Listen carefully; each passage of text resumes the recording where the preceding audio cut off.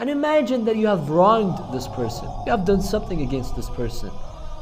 The problem In what manner will is you with go the to this spiritual person? world. It is because he has neglected the Prophet told them while he pointed at this pile. He says, in this manner, the sins accumulate. If they acted bad against someone, when you ask them, he says, no, that's not what I meant. Bismillah ar-Rahman ar-Rahim. Alhamdulillahi Rabbil Alameen. Wassalatu wassalamu ala ashrafil anbiya'i wal mursaleen. Muhammadin wa ala ahli baytihi at-tayyibin at-tahirin. I begin in the name of Allah, the Compassionate, the Merciful, who has created everything in utmost perfection. And may the peace and blessings of the Almighty God be upon His beloved Messenger and Prophet, Prophet Muhammad, peace be upon him, and his pure family.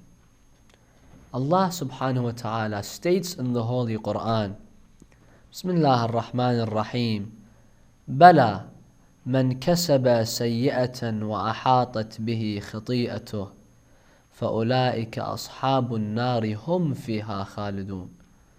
The Almighty God states in this verse, indeed, those who earn and their sins beset them on every side are the companions of the fire, and in it they shall abide forever. In our previous discussions, it was stated that there are three consequences to every action.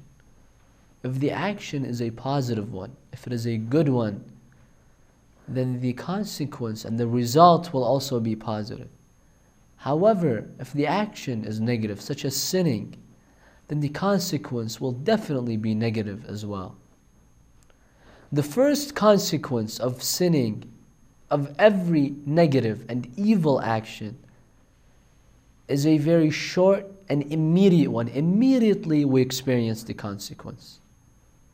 And the second consequence is a profound but more postponed effect. We see it in this life, but maybe after days or sometimes months, years, or even decades. But to an extent, justice will serve itself in this life. Justice will manifest itself in this life. The final consequence and effect of every sin is the consequence and the result that we will see on the day of judgment. Once we die in this life, and once we are resurrected on the day of judgment, on that day we will all see our actions before us. And God will judge us according to every single action and deed and sin that we have ever committed in this life. On that day, full justice will be served. In this life, some people can escape justice. This is because the methods that we have and the tools that we have to find out who the criminals are is somewhat limited. And even though it becomes advanced, as time progresses, we can never reach a state in which we will always find the perpetrator. Sometimes the crime is in our intentions, and how can we detect that? Therefore, in this life we see that many people escape justice, and others are oppressed in this life. On the day of judgment, no one will escape the justice of the Almighty God. On the day of judgment, full justice will be served. And Allah subhanahu wa ta'ala will judge every human being, and no one can escape the justice of Allah. Therefore, the final effect and the final consequence that every human being will observe will be on the day of judgment. On that day, as a verse states, our very own limbs, our mouth, our eyes, our ears, our hands, our feet will witness against us. If we've committed a crime or a sin or an evil act through our very fingers and hand, then on the day of judgment, they will serve to witness against us before everyone and before Allah subhanahu wa ta'ala. Now when our own body witnesses against us, what can we say? Is there room to escape? Absolutely not. On that day, full justice will definitely be served.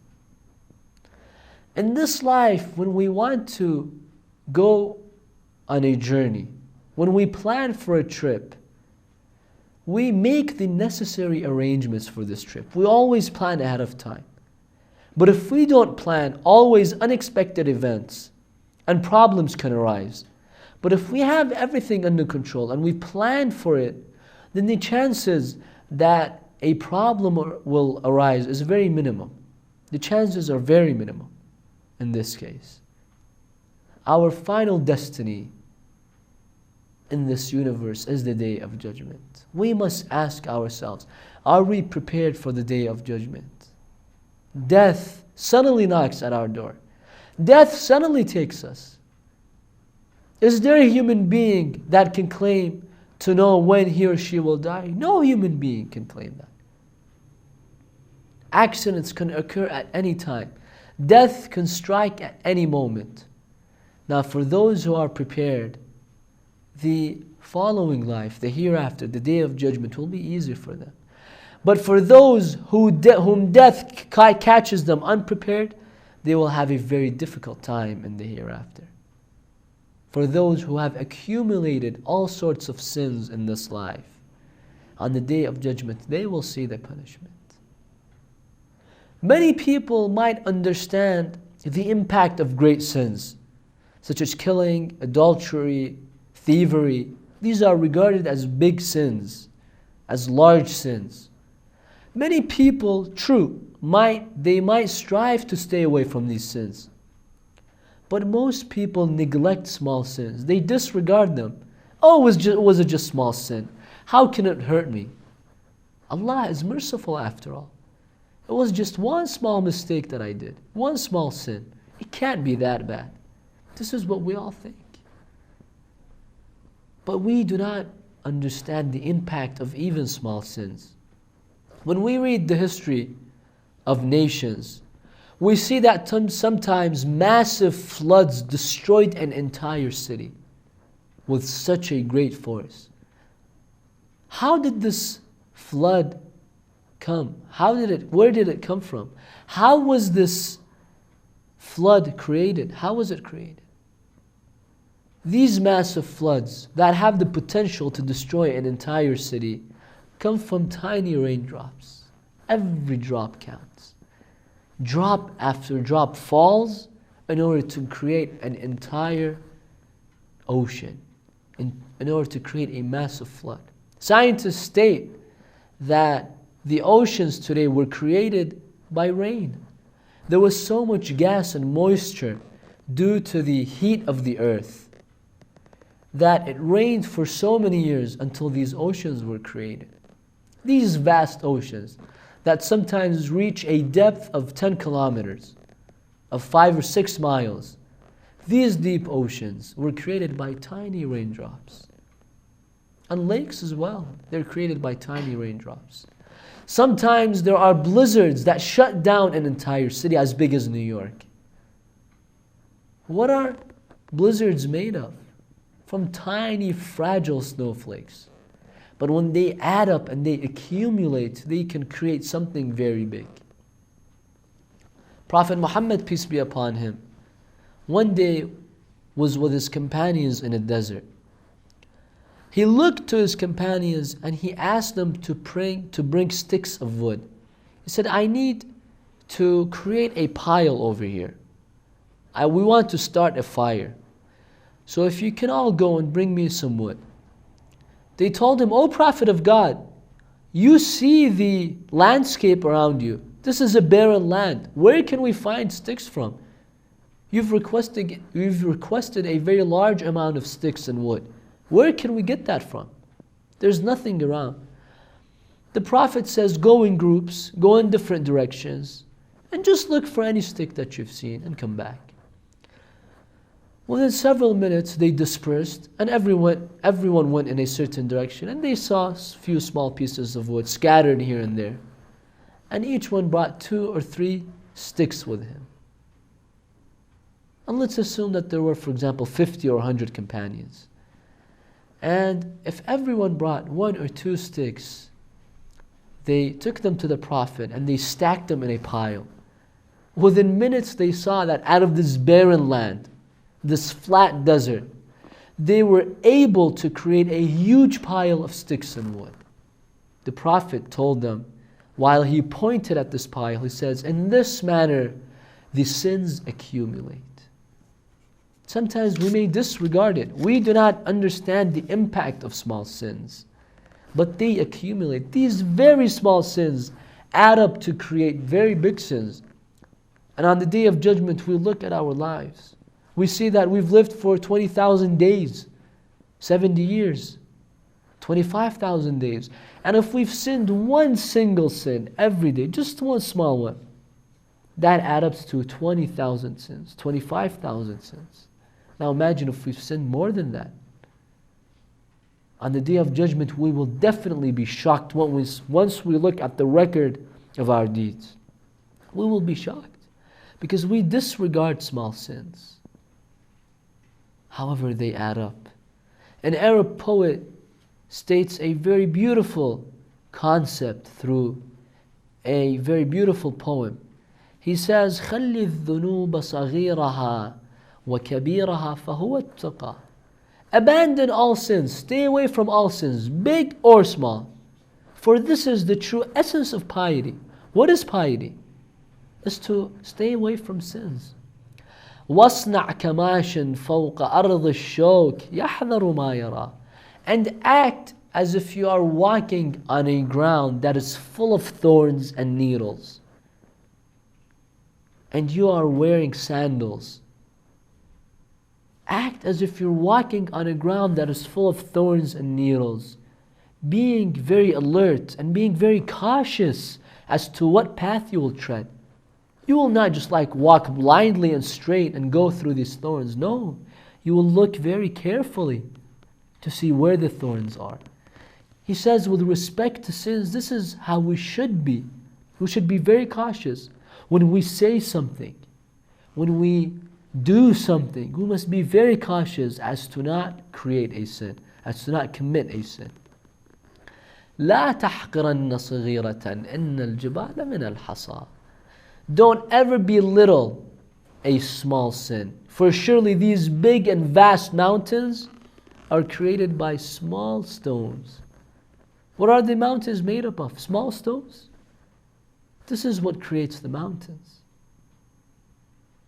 Therefore, we have to understand that even the small sins, those that we disregard, can get us in trouble on the Day of Judgment. We will see the effect immediately, as we discussed previously. We will see the effect in this life, and finally we will see the effect on the Day of Judgment.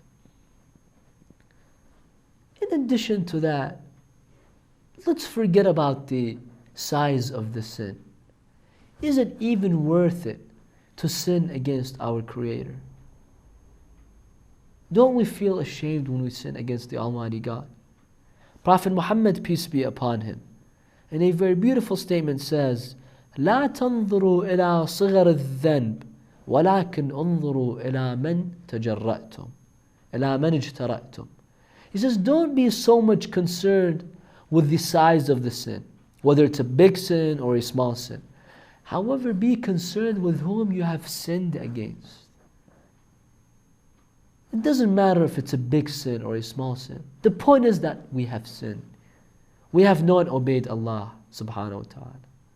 If a very prominent human being, if a very prominent figure, whom you respect so much, asks you to do something, and you did not follow his or her orders, you disobeyed him, what will they think of it?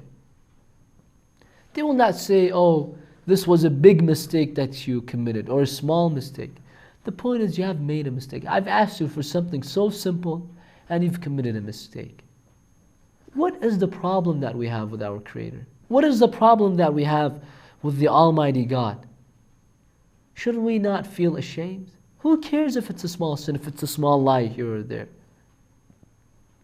But even for those who do not even believe in that relationship with Allah subhanahu wa ta'ala, they should at least care for their own well-being. After all, they will be the ones who will suffer in this life. No one but them will suffer in this life. When we sin against the Almighty God, we are sinning against ourselves. We will be the ones to suffer. No one else will suffer. And the first verse that we recited, in which we started our discussion, that verse that illustrates the picture on the Day of Judgment, on that day in which even a breastfeeding mother who is breastfeeding her own child shall forget her child, she'll drop her child. And the verse states that when we look at people, we will think that they are drunk. However, they're not drunk.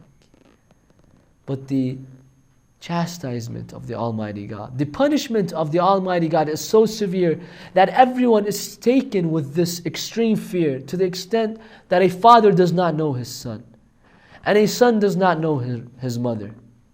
A brother shall not know his brother. A husband shall not know his wife, due to the immense fear.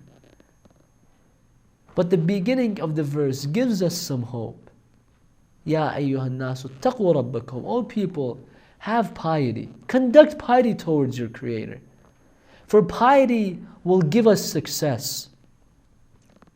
This is one component of piety, a very important component, that we should abstain from sinning, whether it's a small sin or a big sin. We should act like the person who is very cautious to walk on a ground full of thorns. This should be our relationship with Allah subhanahu wa ta'ala. That's the first component. Inshallah, in following discussions to come, we will discuss the other components of piety, such as going against our desires. Every human being has desires. This self that we have, the desires that we have, and the temptations that we have, always want to break loose.